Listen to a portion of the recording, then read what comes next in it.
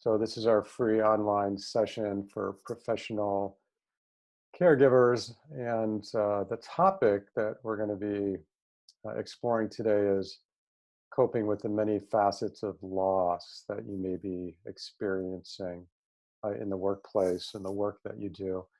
And so I'll introduce myself. My name is Roy Reamer, and while I'm currently the executive director of Zen Caregiving Project, formerly Zen Hospice Project, I first trained to be a hospice caregiver in 1997.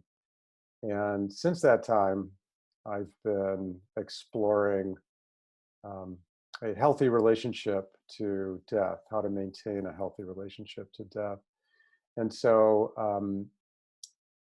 I'm honored to be here with you today and sharing a little bit about what I've learned over the years. We're all living in a time where there's just so much uncertainty around us, and we're working to support people who are, really impacted by this coronavirus by the pandemic. And so there's certainly a lot of anxiety that we're all dealing with, and as we're meeting this uncertainty. Many of us are, in fact, facing pretty significant economic impact. And to one degree or another, we're all dealing with loss and grief. And we're holding loss and grief for others and witnessing others in this time. So we're all holding a lot, and I really want to honor the work that you're doing and express my gratitude for all of you. So just an overview of the session. So first, I will do a quick review of mindfulness. Our first session was primarily about the practice of mindfulness, cultivating mindfulness. So I think it makes sense to do a quick review. And if you've been with us already, it will be a review for you. Then I'll guide us essential truths about loss, and really look at how mindfulness can support us in coping with loss. And we'll leave a little bit of time for questions and comments. And actually, while we're going through the session, I encourage you to use the chat feature in Zoom.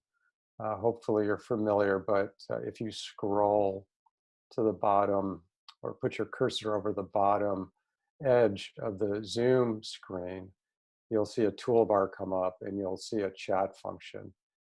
And if you put your comments or questions into chat, I'll do my best to address each of the questions. So if you like what you hear today, please do visit our website. It's zencaregiving.org, and you can learn more about the various classes that we offer, and maybe you can come back and visit with us. All right, so I'm realizing I'm talking quickly because we don't have that much time, but I'm going to try to slow myself down a little bit. So let's start with just kind of a working definition of mindfulness. So I like to define mindfulness as paying attention to the present moment on purpose without judgment. Paying attention to the present moment on purpose without judgment. And so when we break this down a little bit, we see that this aspect of on purpose really speaks to noticing when we become distracted. It's quite natural and to be expected that we will become distracted by thoughts. And when we notice, we just return to the focus of our attention. And this is where the without judgment piece comes in. So we don't make it into a big deal. We're kind to ourselves, and we just simply return to the breath. So paying attention to the present moment on purpose, without judgment. Okay, so I like to think of three primary benefits of mindfulness: a calm mind, focused attention, and increased awareness. And so, in the context of caregiving, I would say a calm mind minimizes our reactivity, so we can respond skillfully than rather than react automatically. And the other benefit of a calm mind is that it not only calms us, but it actually can calm those around us. So we're all blessed with these mirror neurons in the brain. And so we do react to other people's energy and they react to ours. So if we're really grounded, we can have a grounding influence on those around us. When it comes to focused attention, in my experience, and I think this is true for everyone, a focused mind is a less exhausted mind. And so when we're very scattered in our thinking and we're trying to multitask, um, we tire out more readily. And focused attention also really serves us when it comes to the work that we do. Focused attention can minimize human error, which is really important in caregiving. And then finally, increased awareness. So, with increased self awareness, we recognize sooner when we're ruminating or dwelling on negative thoughts, maybe of the past, or when we're anticipating or dreading something in the future. And so, when we're mindful, we notice this sooner and we can catch ourselves and interrupt negative thoughts. And this actually enhances our sense of well being. And I would say increased self awareness also enhances our self care because we notice the little aches and pains and um, challenging emotions more quickly, and we can do something about them. So, lastly, in regard to mindfulness, I just want to express this relationship between mindfulness, resilience, and well being. So, what the research finds is that resilience, or the ability to bounce back from challenging circumstances, is an intermediary, if you will, in the relationship between mindfulness and well being.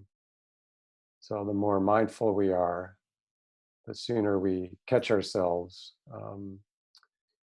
in difficult circumstances where we're getting caught up in negative thoughts or big emotions, and we can ground ourselves in the present moment. And this ability to come back to our baseline of presence or groundedness enhances our sense of well being.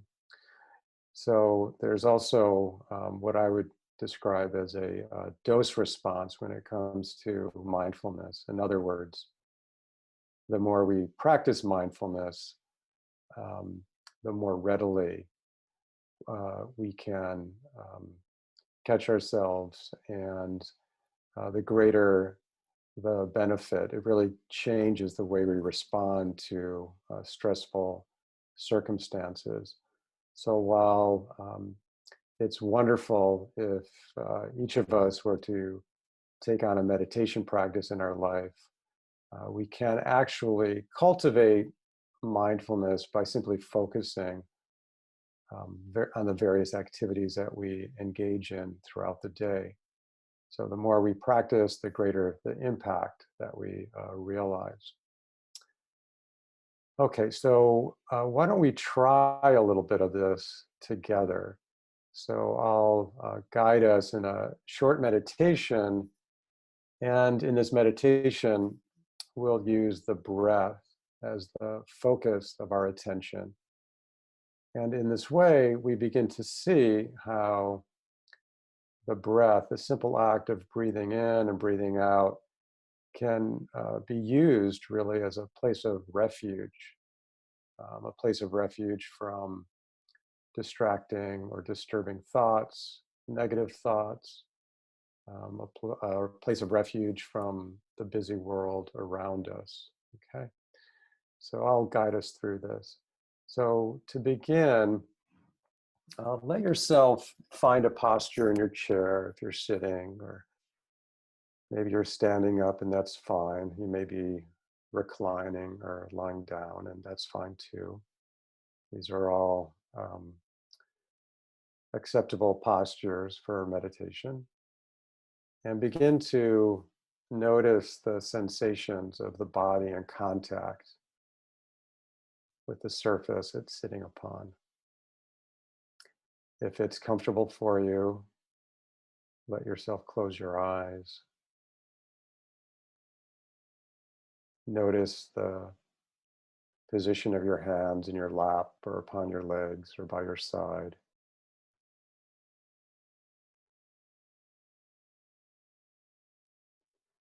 And begin to let your attention find its way to the in breath and the out breath. And as you do this, and throughout this meditation, see if you can maintain stillness in your body. Sometimes we say a still body supports a still mind. And just simply follow each in breath and each out breath, noticing the subtle sensations of breathing in and breathing out.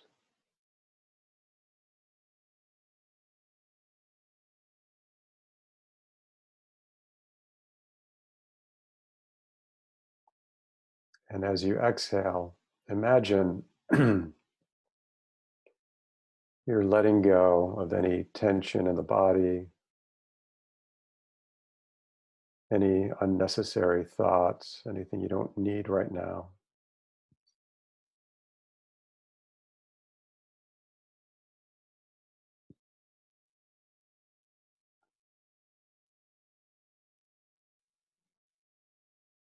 Seeing if you can notice the subtle sensations around the nostrils, maybe the back of the throat, the chest and belly as they rise with the in-breath, and as they um, lower or contract with the out-breath.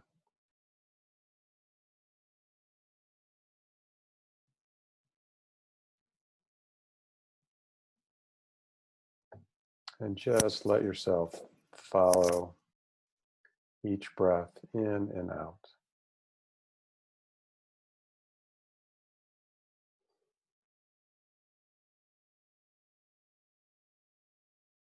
Nowhere to be but right here, right now.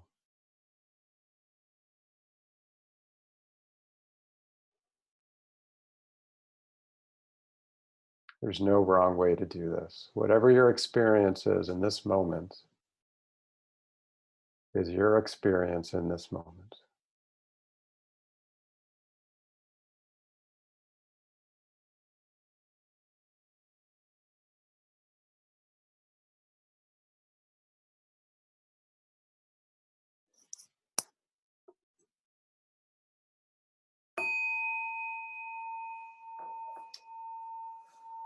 All right, so let yourself open your eyes, return your focus to the screen or to the sounds you're hearing of my voice, the room around you.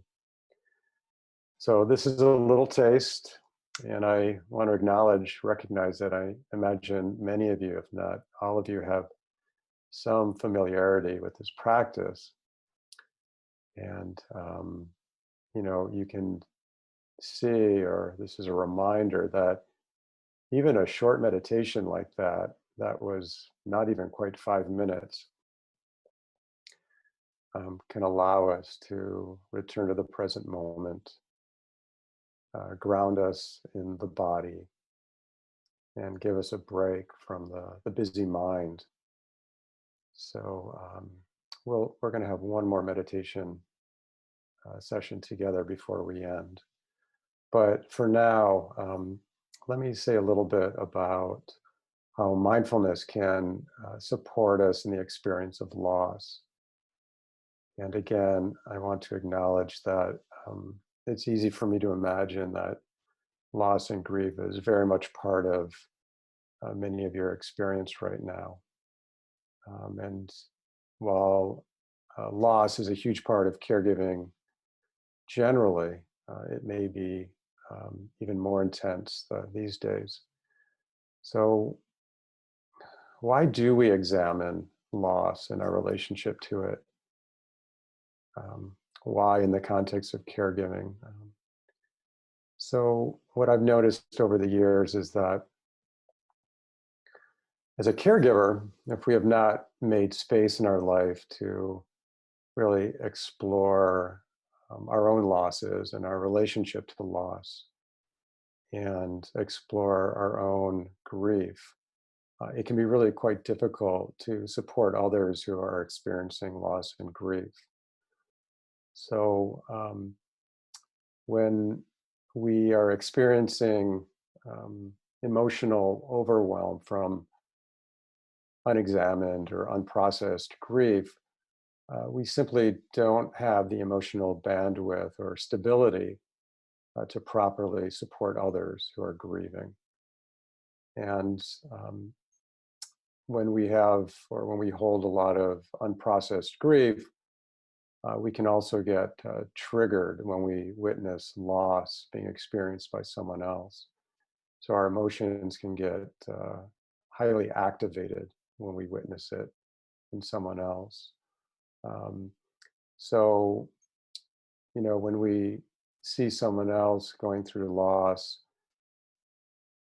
a lot can be activated. For instance, sadness, anger, or even behavior that isn't very supportive to the people we're caring for. And this triggering, if you will, can even happen subconsciously when you're not even realizing it. And so when we're with someone who's experiencing a lot of loss, there's really nothing wrong with us having an emotional experience. But if our emotions become overwhelming, then it will certainly adversely impact our caregiving. Um, Something else I've really noticed over the years is that when we have not fully examined our own grief response to loss, certain emotions can be assigned or projected onto those we're caring for. And so it can create confusion around what's really needed by the people we're caring for. I have a dear friend who's a hospice physician, and he uses the metaphor, the symbol of a vessel to represent one's own loss. And Scott likes to say we need to know our story of loss and grief so well that we can empty our own vessel to make space to hold someone else's story of loss and grief.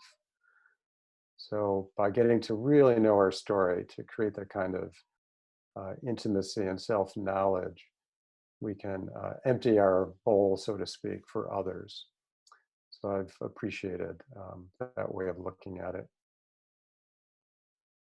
So I want to acknowledge 5 essential truths about loss. So the first one is that loss is certainly universal.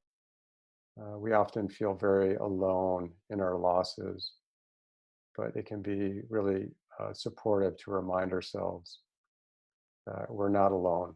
Everyone experiences loss. And secondly, and very much related to the first, loss is a constant. So in meditation, we begin to recognize that in every moment, with every breath, something is falling away to make room for something new to emerge, for some new beginning. And so meditation reminds us that loss is constant. It's happening in every moment. And while we often think of loss as something that comes with the death of someone, loss comes in many different forms. So there are certainly life changes, retirement, graduation, kids moving out, changing of our home. Also, aging brings quite a bit of loss with it. Um, our strength begins to wane. We may notice decreases in energy. Our hair goes, um, lost possibility. Also, um, most of us live in the US and we live in a culture where we identify pretty strongly with our possessions. And our possessions go too. Sooner or later, time seems to take everything from us. Seasons change, vacations come to an end, the good old days fade away. And of course, certainly, friends and loved ones leave us. Um, Recently, I've started um, making phone calls to a 94-year-old man who's isolated in his home. And at 94, pretty much everyone who's meant something to him in his life has died. And I think to myself, what must that be like? So we see loss is constant. Also, grief is a natural response to loss. And whether we're talking about a big loss or a small loss, I think it's fair to say some degree of grief or sadness accompanies such loss. And I have found that it's best not to resist loss when it arises, but I'll say more about that in a bit. Fourth essential truth, the experience of loss can bring growth and wisdom. So loss changes us whether or not we want to be changed. I like to think of loss as a rite of passage, in fact. So the experience of loss and grief brings with it certain gifts or wisdom that can be supportive to those around us, especially the younger ones who have not experienced as much loss as we have. So finally, how we relate to our own losses impacts how we relate to the loss we witness in others. So I mentioned this already a little bit, but again, this speaks to the importance of knowing our own story, noticing when our own grief is getting triggered, and noticing when we begin to project. All right, so applying mindfulness to the experience of loss.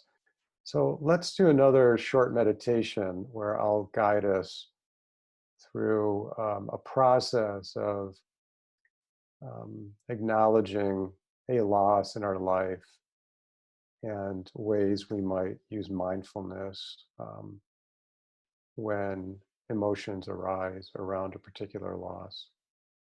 So let's begin by, if it's comfortable for you, closing your eyes once again and finding a posture that you can maintain for about 5 minutes. And as we begin, just quieting down the mind again,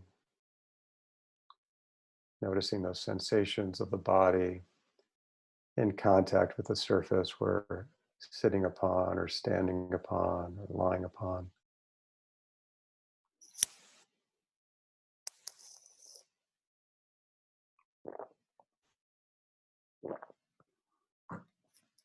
Beginning to notice the in-breath and the out-breath.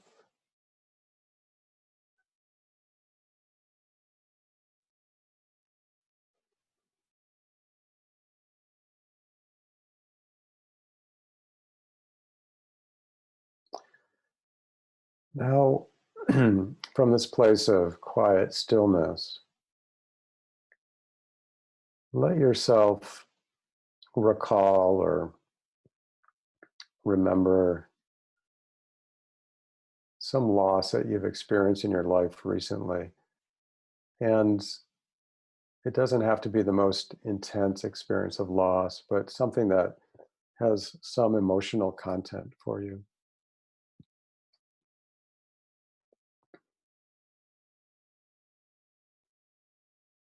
some change in your life, perhaps a relationship that has ended through death or otherwise, some opportunity that's been lost due to the pandemic, the shelter in place. Maybe you can hold simultaneously more than one loss that you're experiencing.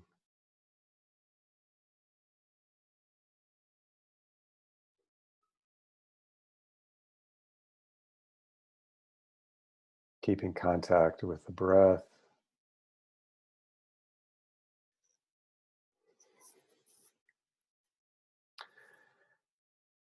And as you recall and think about this loss, keep in mind that everyone else listening, everyone else viewing this session is also thinking about some loss that they're experiencing. So you are not alone. As you think about this loss, see if you can notice the emotions that may be attached to the loss. What emotions are arising?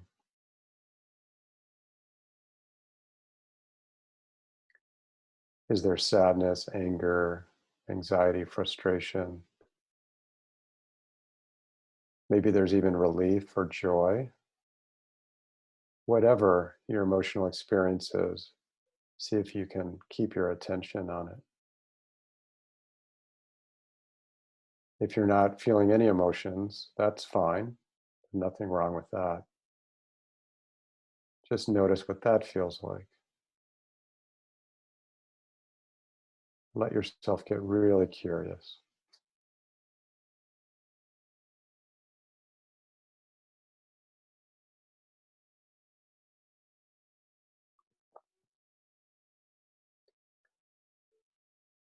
As you're attuning to the emotional experience related to this loss,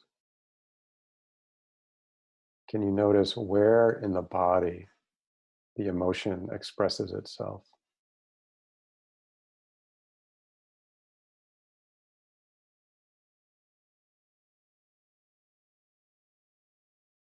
Perhaps you're experiencing some kind of tightness in the body. Maybe you're starting to feel some warmth, some pulsating, radiating.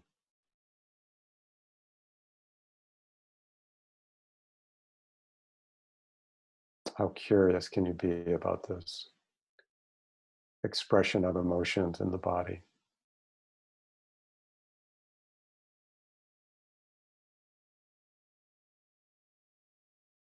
Seeing if you can drop any story, but simply stay with the sensations.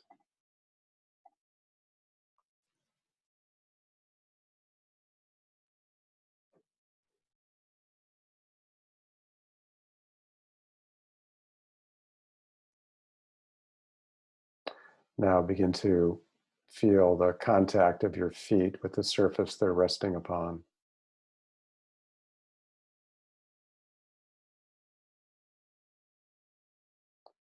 Begin to feel the contact of your lower legs with the chair you may be sitting upon.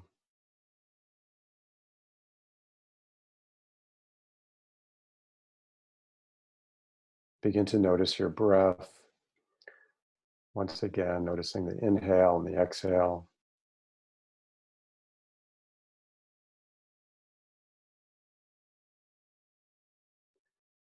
Notice any sounds in the space around you.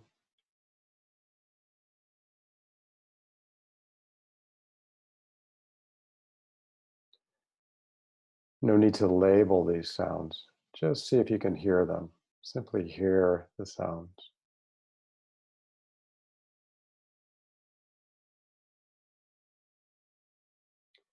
and return to the breath, just noticing.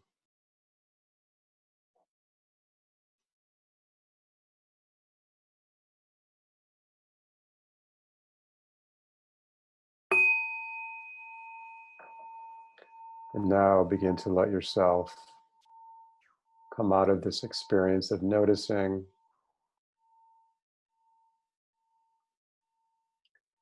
I recognize that that was a short meditation, and it's quite possible that a lot has come up for you. So, as I continue to talk, let yourself stay with the experience if need be.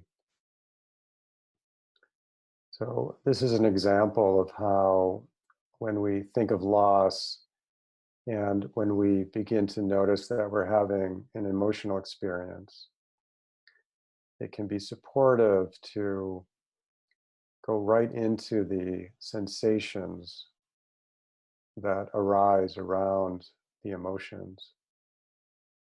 And so, in this way, our mindfulness can create space to honor and process loss without getting swept away. So, when grief arises around our losses, um, we really want to avoid pushing it away. And often we'll push away the emotions because they can get too intense, and we begin to create a big story around the emotions. And so we push them away, thinking we can deal with them later, or pretending that grief is not there.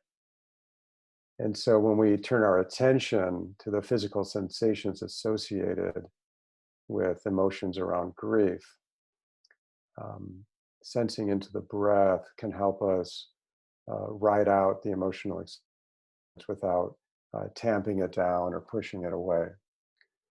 And so we can learn to let grief present itself without resistance. And we can learn to stay with the emotional experience one breath at a time. So let me stay with this breath. Let me stay with this breath. Let me stay with this breath. And so there's no need to deny these emotions when they arise, but we can ground ourselves in this way. And over time, the emotional charge becomes familiar and manageable and even begins to dissipate. So it may be somewhat counterintuitive, but um, I've experienced this where going into the emotion that comes with loss is really the healthiest thing to do. And so paying attention to the direct experience of the emotions builds our capacity to be with difficulty and suffering. And so attuning to the broken heart is, in fact, an act of self compassion. And sometimes we describe suffering as wanting things to be different from how they are. And it's that wanting that causes us so much suffering. So when it comes to loss and grief, can we learn to be with things as they are? So when I've experienced major loss in my life, like the death of a friend, death of a family dog, the death of my mother, I've tried to let myself experience the grief fully, to really be with it when it arises.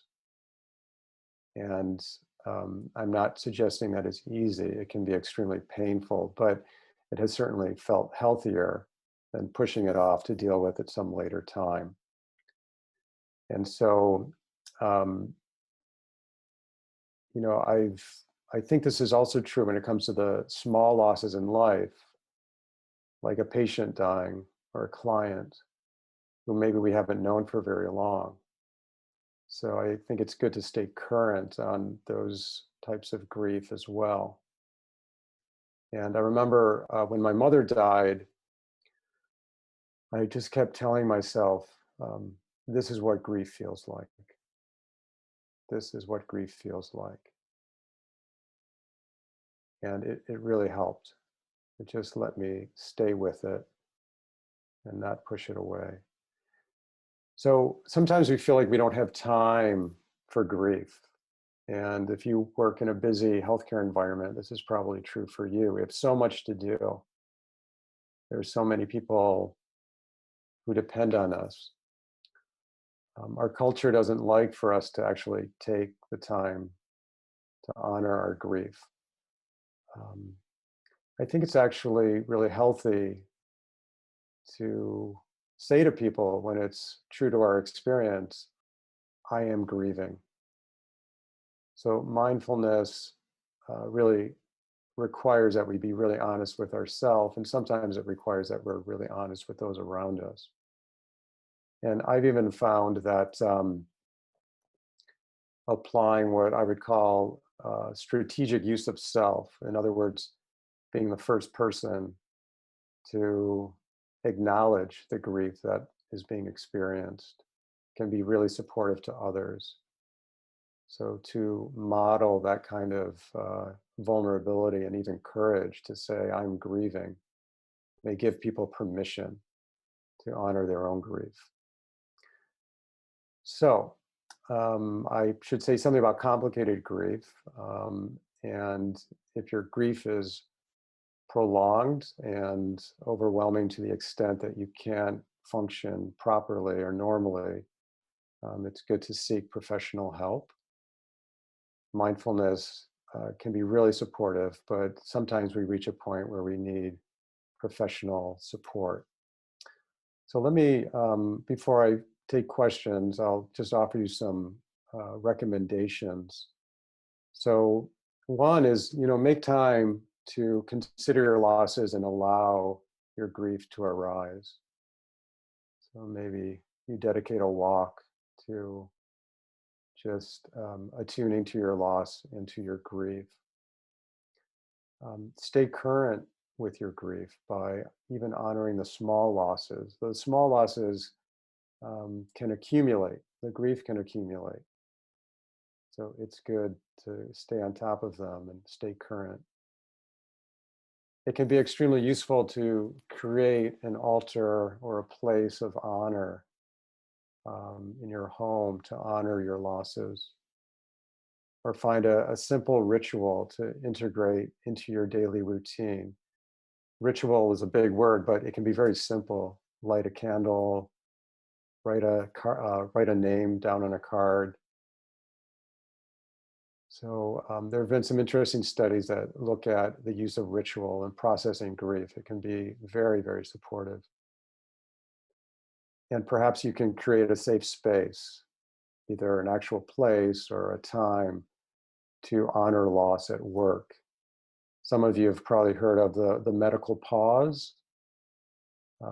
This is a movement for medical practitioners to stop and take time to honor loss. And Lev, I think, is going to put a link to medical pause into the chat.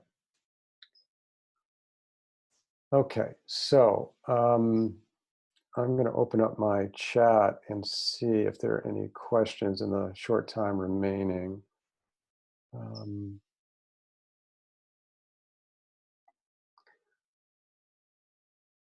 right.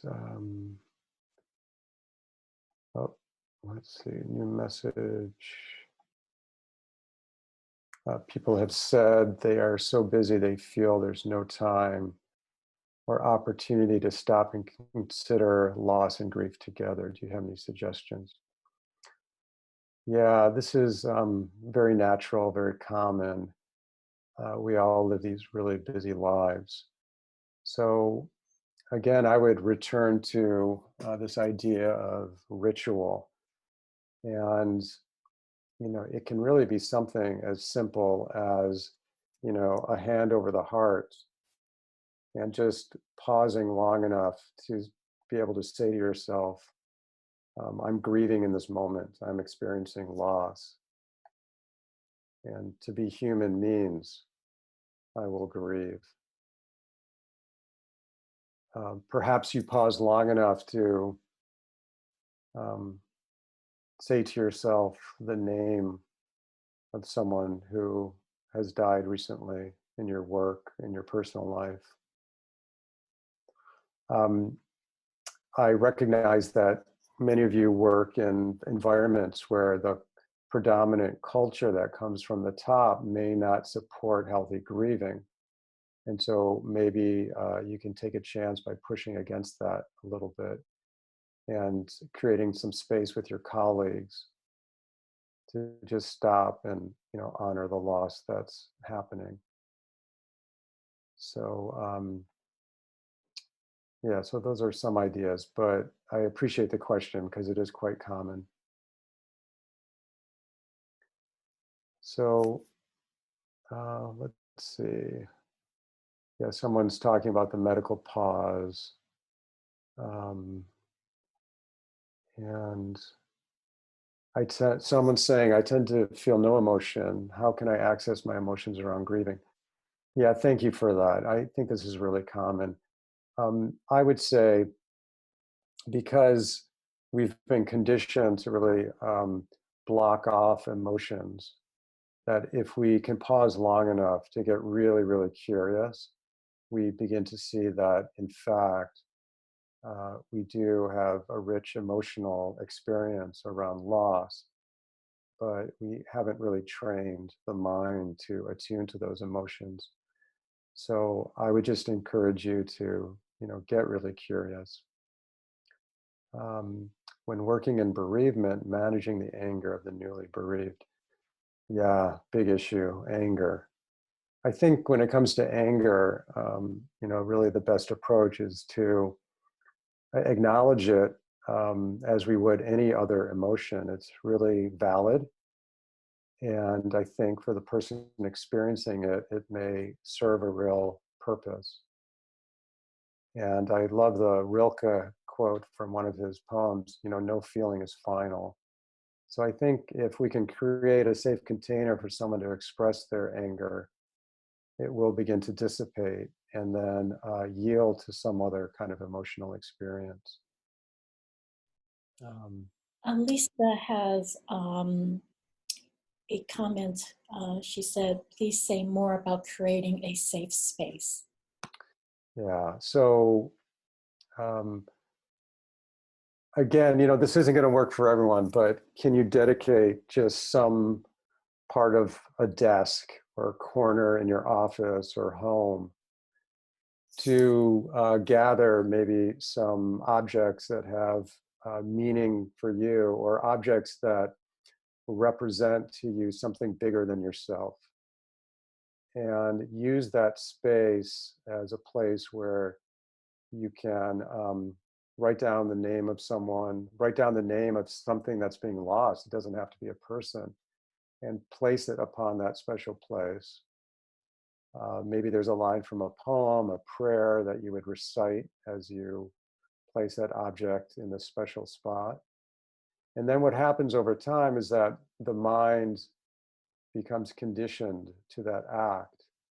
And so the mind associates an act like that with the action, or a moment to pause and reflect upon what's being lost. And so it starts to happen more automatically.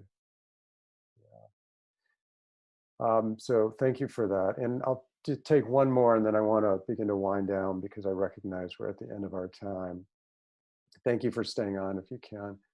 So people are uncomfortable expressing grief in a work setting, which, as you said, may not welcome emotional expression. Yeah. So um, I feel like I've had to use myself as kind of as the first person to express vulnerability or emotion. And what I've noticed is that in the context of a class or a group, when I do that, it's amazing the way people follow. It just really takes one person to do that. So I would encourage you to give yourself permission to muster the courage to do that and see how it's received. And you may find that work, wherever you work, is not the place for this. And then you have to find a place or a space or time at home to do this. Um, so thank you. Please come back and join us again. We can field more of these questions. As we end, just a couple comments. So as mentioned, if you like what you've heard today, we offer these courses that invite you to participate more fully. You would have opportunities to engage with other caregivers, and where we can go into some of these practices and concepts more deeply. So I encourage you to visit our website, and I'll put my executive director hat back on and just say, you know, we're a small nonprofit. We like to think of ourselves as small but mighty. And while we recognize that so many people right now are dealing with some really significant financial hardships, if you find yourself in a position to make a donation to support these free courses, please do. And you can easily see how to do that on our website. So we like to integrate a lot of poetry into our teaching at Zen Caregiving Project. So I'm going to end with a poem and then we'll say goodbye. This is a poem from the poet Ellen Bass, and it's titled "The Thing Is." The thing is to love life, to love it even when you have no stomach for it, when everything you've held dear crumbles like burnt paper in your hands, and your throat is filled with the silt of it. When grief sits with you so heavily, an obesity of grief. It is like heat, tropical, moist, thickening the air so it's heavy like water, more fit for gills than lungs. When grief weights you like your own flesh, only more of it. How long can a body withstand this, you think? And yet you hold life like a face between your palms, a plain face with no charming smile or twinkle in her eye. And you say, yes, I will take you. I will love you again. So we experience grief, we experience loss, and we embrace life again, and we carry on. So thank you all for the work that you're doing out there. And thank you for taking care of yourself in this way. And I just wish you all continued health and happiness. And please come back and join us. So thank you for participating.